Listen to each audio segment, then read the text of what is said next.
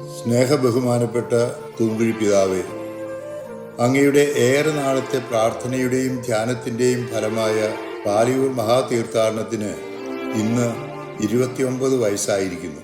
ദൈവനിവേശത്താൽ രൂപം കൊണ്ട അങ്ങയുടെ ദീർഘവീക്ഷണമാണ് ഈ മഹാപദയാത്രയ്ക്ക് ഊർജവും ശക്തിയും നൽകിയിട്ടുള്ളത്. പല കോണുകളിൽ നിന്ന് നദികൾ ഒരു വലിയ സമുദ്രത്തിൽ ഒഴുകിച്ചേരുന്നത് പോലെ തൃശൂർ അതിരൂപതയുടെ എല്ലാ ഇടവകളിൽ നിന്നും നിരവധി ക്രൈസ്തവ വിശ്വാസികൾ മാർത്തോമാ ശ്ലീഹ കുരിശ് സ്ഥാപിച്ച് പണിതുയർത്തിയ പാലിയൂർ ദേവാലയത്തിലേക്ക് ഏറെ പ്രാർത്ഥനയോടെയും ത്യാഗത്തോടെയും നടന്നെടുക്കുവാൻ കാരണമായതും പിതാവിൻ്റെ പ്രയത്നവും സ്നേഹത്താലുള്ള വാക്കുകളും ആയിരുന്നല്ലോ. മാർത്തോമാ ശ്ലീഹയുടെ പാദസ്പർശനമായ ഈ ഭൂമിയിലേക്ക് തീർത്ഥാടനം നടത്തുന്നു എന്ന് പറഞ്ഞിട്ടാണ് പിതാവ് ഇവിടെ 1997 എത്തിയത്.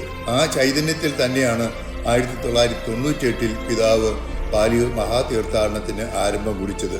നമ്മുടെ വിശ്വാസത്തിന്റെ പിതാവായി ഭാരതത്തിലേക്ക് കടന്നു വന്ന മാർത്തോമാ ശ്ലീഹായെ നെഞ്ചിൽ ചാർത്തി പേപ്പിൾ പതാകയും കത്തിച്ച തിരികളും കുരിശുകളുമായി ഈ നോമ്പുകാലത്ത് എല്ലാ വിശ്വാസികളും കടന്നു വരുന്ന ഈ വിശ്വാസ പൈതൃകത്തിന് നിറവും മനോഹാരിതയും നൽകിയതും അങ്ങയുടെ സാന്നിധ്യമായിരുന്നു. 29ാമത് പാലിയൂർ മഹാതീർത്ഥാടനം ഈ വർഷം മാർച്ച് 22 ഞായറാഴ്ച നടക്കുമ്പോൾ അതിൽ പിതാവിൻ്റെ സാന്നിധ്യമില്ലാത്തത് ഞങ്ങളെ ഏറെ വേദനിപ്പിക്കുന്നുണ്ട്. എങ്കിലും പിതാവെ, പാലിയൂർ മണ്ണിലെ ഈ മഹാതീർത്ഥാടനത്തിന് എന്നും അങ്ങയുടെ ആശീർവാദവും പ്രാർത്ഥനയും ഉണ്ടാകണം.